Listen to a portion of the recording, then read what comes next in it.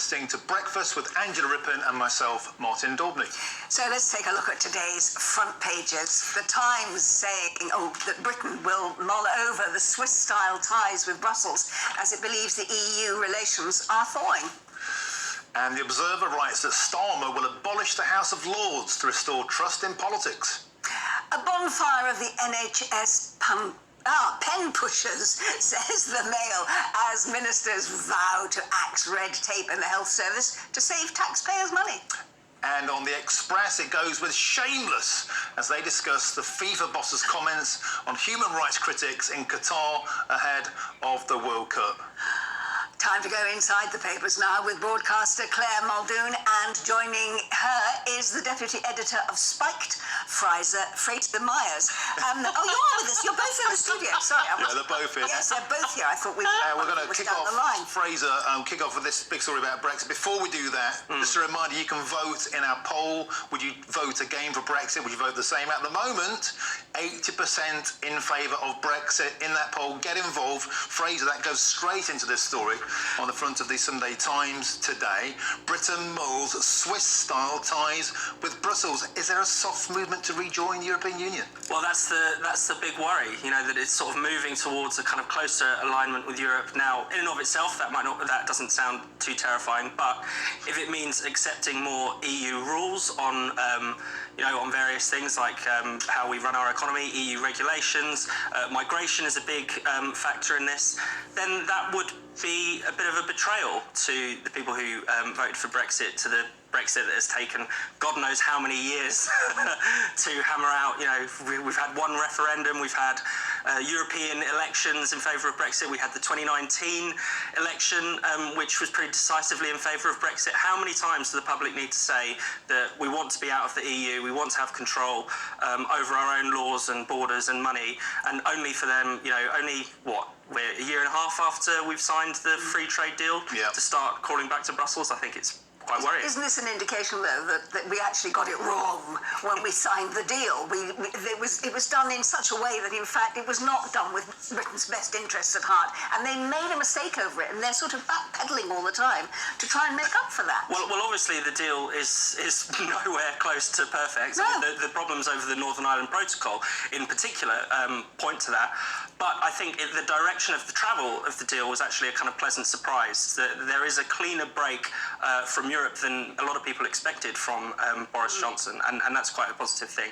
And that's something that should be maintained, because if we're talking about a Swiss-style relationship, that does mean endless negotiations with the EU. That doesn't mean paying them too. It means paying them. Yes. It means coming closer to the single market. It means giving up on the chance to diverge away to think about new industries for the future that we might be able to have outside of the European Union. And above all, it means losing sovereignty, losing our democratic say over how we run our economy. Is there any indication that that's where they intend to go, or is it just that actually they're trying to make it easier for businesses in Britain at the moment during the financial crisis, to get a bit more money and get a bit more business? Swiss style means basically having freedom of movement, having freedom of exchange of information and absorption of EU legislation while not being a member. Now, we didn't vote for that. Anyway, enough of my high horse. I want to bring you in on this one. Look, wherever you stand, this is about democracy, isn't it? Look, the reality is it's a bit of Europe still holding on and behaving like a child, I think, actually, to be honest with you. I voted for Brexit. I would still vote for Brexit because I think that is the UK's best interests. I think the EU as a model is broken.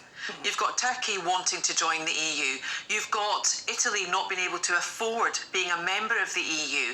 The EU cannot maintain, and then don't even get me started on what's happening in Scotland. Nicola Sturgeon says if they get independence from her pretendy ref that she wants, that's currently sitting at the Supreme Court to see if she can have another one, which was supposed to be once in a generation, she wants to be absorbed into the EU. Now, there's one country that will not allow that, and of course that's Spain, because Spain will not veto Catalan. an independent. Yes, exactly, Martin, and they won't.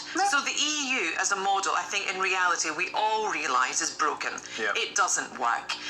So they're just holding us, I think, to account, and they're being quite childish in it. Well, you wanted to leave, so we're going to make it really difficult for you to leave at all costs. But the actual cost of this is a very human cost, because we need the migration, we need the freedom of movement for labour to fill jobs that we have here, because people in this country, I think, are work shy and they don't want to do the jobs that are here, and they should. And we should be able to do I it. think lots of people at home would have been agreeing with you there, Claire, right until the moment you called Brits workshop. That's fair enough. Hey, look, something strange. Not all Brits. I mean, there's 4 of us working very hard here. Exactly. Yeah. But it is true. I mean, and we've had this discussion before, I think, that certainly in the hospitality industry, Yes. young people don't necessarily see the hospitality industry becoming waiters and see it as a career path. Yeah. Whereas, most of our The restaurants phrases. and hotels actually depended on Yes. Italian, French, Spanish hang on a minute. waiters. Fraser, wasn't one of the points of Brexit to start paying British workers a fair wage and not be so reliant on cheap foreign labour? Well, funny enough, even the head of the Remain campaign let this slip early on in the referendum. People might remember Stuart Rose saying one of the consequences of Brexit could be that Britons get higher wages, and that wouldn't be a good thing, was his view. Terrible thing to happen. Was that the Stuart Rose who sat in question time and said that, we don't have an issue with migration in this country, immigration in this country? That We was need to, him, it was ridiculous. Well, we Let's can move talk on to your newspaper now. Yeah, we can Yes, talk about okay. Brexit all morning, couldn't we? Yeah, but we're not going to. No. I'd like We've to. got lots of other things to talk about this morning, including, Claire, the story that's in The Observer today. The Observer, right, we're going to the Observer. Has Starmer will abolish Lords to restore trust in politics. If he thinks that's going to restore any trust with the British democratic electorate, then I don't know. He's on Clyde Cuckoo land, to be honest with you. I mean, abolish the Lords. There's loads. There's quite a lot of evidence to show that we should be abolishing the House of Lords. Okay, in terms of what it can do, because obviously it can stymie, it can stop votes going through from the House of Commons, then the House of Lords for the white papers, green papers, all the multicoloured papers that go through to set our laws and legislation in this country.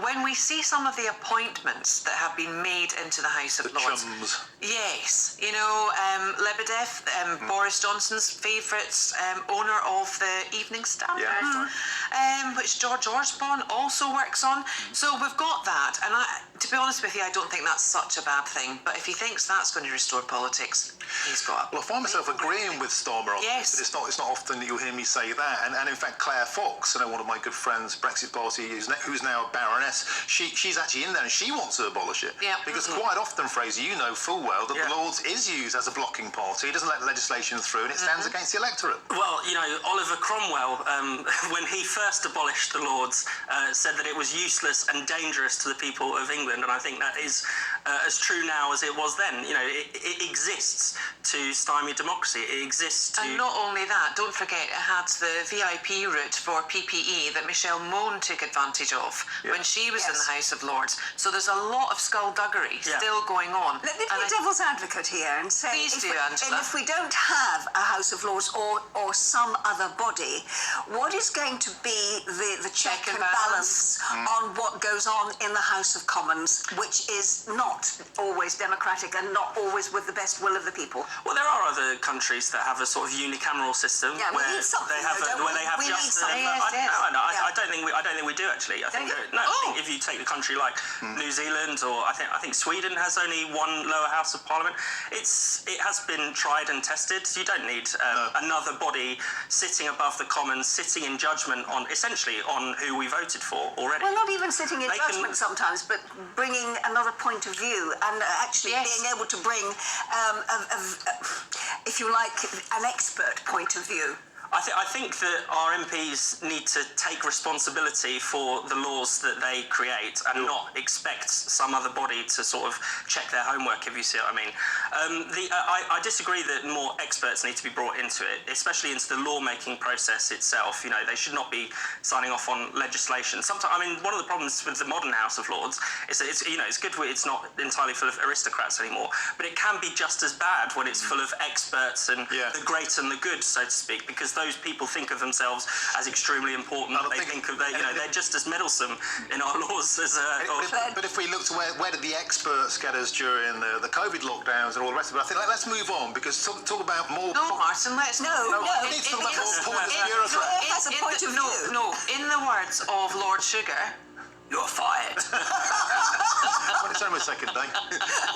Let's move on to this story, because this is something that's really getting people going, and that's NHS wastage. The sacred NHS. You can never look at their cuts or funding. We went on our doorsteps, we clapped, we did everything.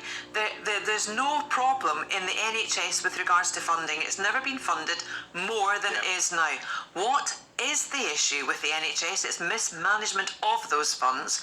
It's a clunky Luddite IT system that's used for different states, different models within the NHS, different trusts is the word I was looking for. It should be demolished. I mean, the NHS is a wonderful thing, okay? We all pay for it. It's not free because we pay for it through our tax and national insurance contributions. But it is one of the best things this country has. And yet, everyone reveres the sacred NHS. But it's funny, there's no other country in the world that actually uses the model. They don't use the model because it's broken. It doesn't work financially. So this story, it doesn't work. This story here is specifically about the middle management. We hear a lot about diversity officers, zero officers. I spoke about this yesterday. Absolutely pointless. We shouldn't be spending money, taxpayers' money, on the NHS for diversity inclusion. That should be part of our intrinsic rights as human beings. The Equality Act exists. Covers it. Okay? We don't need any more diversity or equality. I'm all for social mobility more than diversity, because I think poverty is one of the biggest issues in this country, and the social mobility really has to help people move on, and we can only do that through education. But everybody has access to the NHS. But I'm sorry, there is also a glut of doctors, but of patients. I mean, how often, if you've got symptoms, do you actually go, Dr. Google, what do I think I have? We become more autonomous. We become doctors ourselves almost. We're self-diagnosing. And then, we've got headlines saying NHS is on its knees, we can't get GP appointments. It's all this doom and gloom.